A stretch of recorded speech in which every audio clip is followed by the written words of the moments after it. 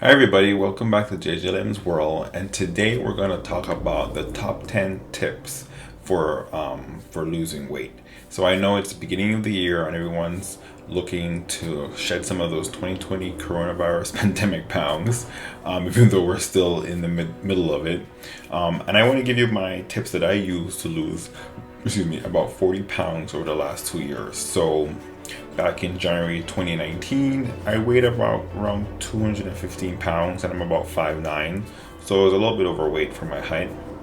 And I've been really stuck 3 years prior to try and get some of the weight off. And over the last 2 years, employing a lot of these tips that I'm going to share with you in a bit, I finally got down to about 175. So definitely want to share those. But before we start, remember to subscribe and to put on your notification bell. And I post about every month, and I'm going to start to put in more fitness and health related videos like this one. So tip number one is to set realistic goals. Now, this is one of the reasons why most people, myself included, fail time and time again in their weight loss journey, is because the goals that they set were too unrealistic for the situation and for where they were starting out at, and the time frame was too short. So really be kind to yourself and find a realistic goal in terms of what the number is in terms of the weight you want to lose, and not only in terms of weight but also in body size. So maybe you want your waist smaller, or you want your hips smaller, or other body metrics, or you want more muscle and less fat, so a lower fat percentage. Figure out what is the goal that you want to hit, but set a realistic time frame. And because if you don't, then you'll feel discouraged, and then you'll come off the weight loss journey and you may end up gaining more weight than the weight that you wanted to lose. So definitely set realistic goals. So number two is try to drink as much water as you can throughout the day. So I really shoot for a gallon of water throughout the day, and this really helps cut down cravings. It boosts your energy, it helps with digestion and your bowel movements. I know that's kind of gross, but that's all important in the overall weight loss journey.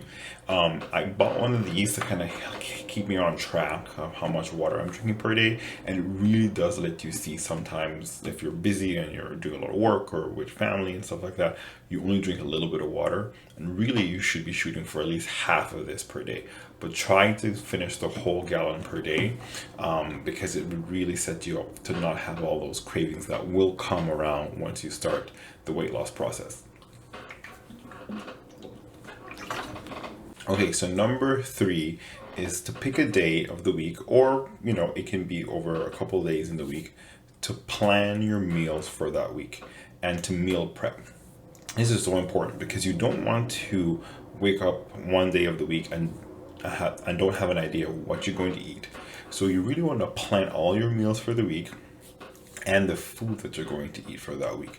It'll keep you structured, and it won't allow you to kind of grab snacks and things when you're feeling really hungry. You'll know that you have your food set aside for what you need to eat. And also it helps with planning around social events. So let's say you have a birthday coming up, for a friend or for yourself, or other big social events where there's going to be food there, or drinks.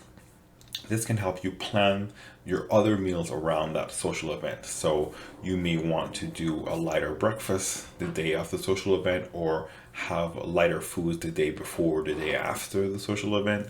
So this really helps keep you on track, and it really keeps you disciplined as to the types of foods that you're going to eat. So number four is one that I know most people don't like to do, but it's so important, is to track your calories and how many calories you're eating per day.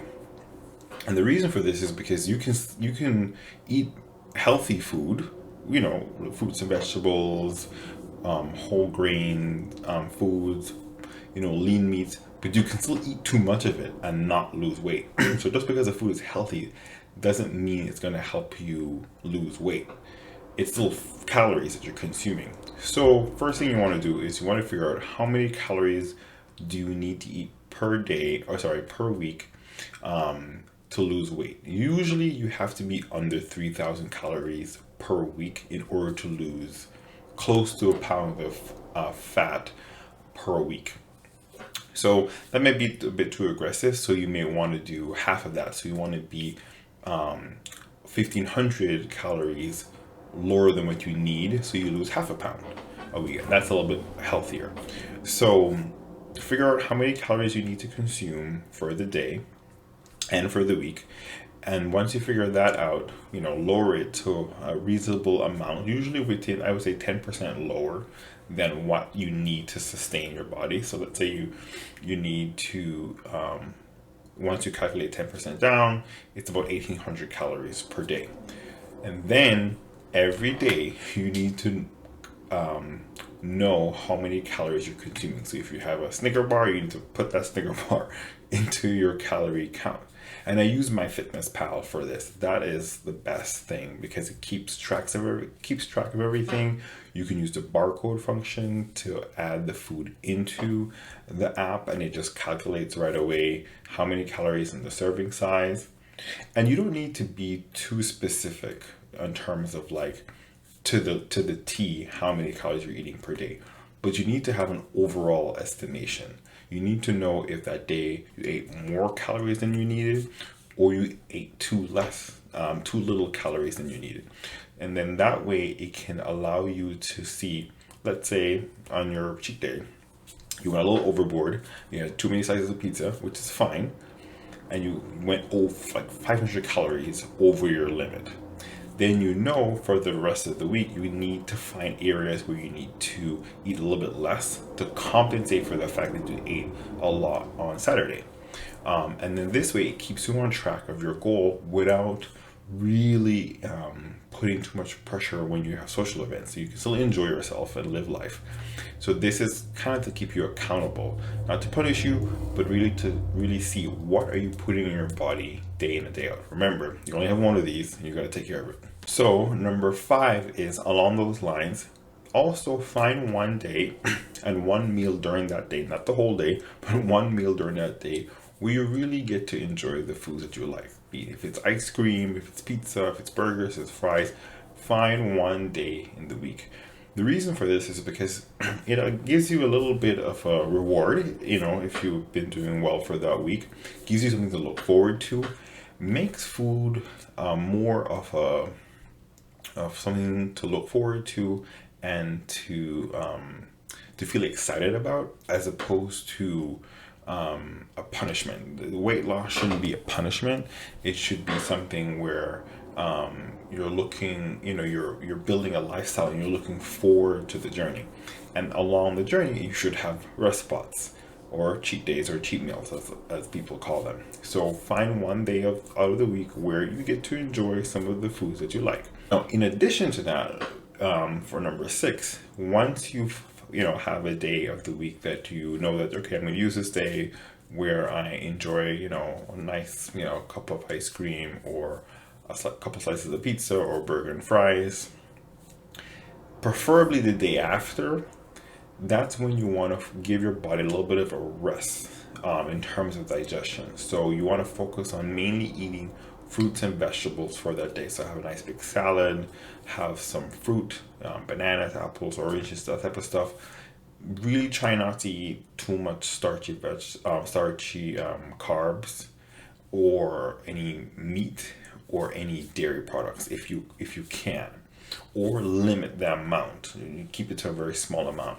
This also helps in balancing out the calories. So let's say you went over on Saturday, you then want to eat a little bit less on Sunday, and by eating mainly fruits and vegetables, you're probably going to have a lower calorie limit, but you're going to be eating a lot of fiber, so you're going to feel full.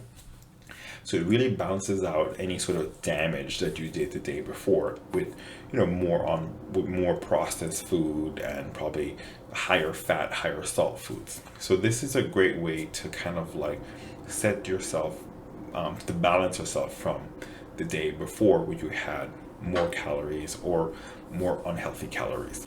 So number 7 is you want to try weight training. It doesn't have to be at a gym. It can be at home, with your own body weight 3 times per week. So it'd be push-ups, sit-ups, squats, tricep dips. And if you have access to a gym or are able to go to a gym, that's even better. Try to do those 3 days a week It helps with muscle mass. It builds the muscle mass. And yes, for you ladies too, the more muscle mass that you have, the actually more calories you can eat. And it metabolizes your calories a lot better. It won't make you bulky, ladies, or give you, massive arms, massive shoulders.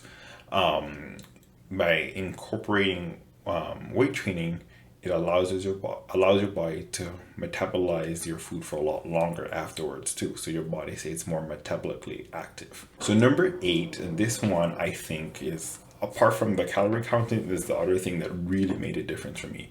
You need to walk and walk and walk at least 10,000 steps per day, at the very least. A lot of us, we have office jobs and we're sitting at home. You need to get outside and you need to walk as much as possible, especially if you're working remote from home. In the morning, go for a nice, half a mile walk, and, sometime throughout the afternoon if you can. Or if you can't go outside, because it's, in parts of the country, it's the middle of winter, if you have access to a treadmill or a gym, try to get as many steps as you can per day. And really, I use 10,000 because that's about 4.5 miles. That's a lot of walking, but you can spread it out throughout the day.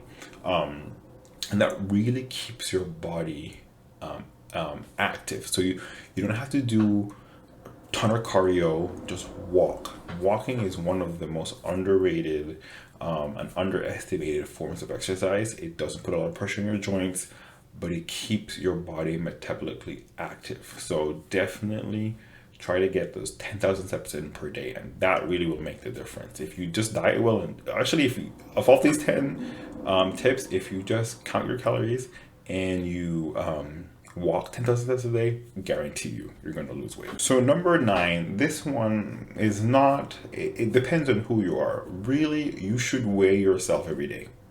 And I know a lot of people will disagree with me and say that you shouldn't weigh yourself every day. It can create a lot of negative emotions. And if you're that type of person where the number on the scale will really cause a lot of negative emotions for you, then definitely disregard this tip. But if you're not, it can be a very powerful tool in terms of how your progress is going. Mainly because a lot of times we don't realize how much salt and sodium is in our food, which can promote weight gain. And if you're, let's say, only tracking once per week, but you pick a day of the week that you eat a lot of salt the day before, and let's say you realistically lost 3 pounds that week, but because you ate a lot of salt the day before and then you weigh yourself the following day or that morning after that day, your body's going to retain water. And so it's going to say you didn't lose any weight, even though you actually did lose weight. But because you're retaining a lot of water, it's going to say you probably gained weight. And then you're going to feel discouraged and you're going to stop the whole process. But if you weigh yourself every day, then you can see what the average is for that week. And that's your true weight. So my suggestion is that bite the bullet and get a scale. Weigh yourself in the morning after you've used the bathroom, number 1 or number 2. And after you've done that, weigh yourself.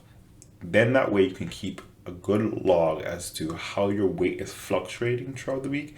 And is it fluctuating down or is it fluctuating up? If it's fluctuating up, that's when you need to stop and you need to make an adjustment with your meals or with your sodium intake, with how much water you're drinking. But if it's fluctuating down, then you know you're on the right path. So if it doesn't create any negative emotions for you, I really suggest weighing yourself once every morning.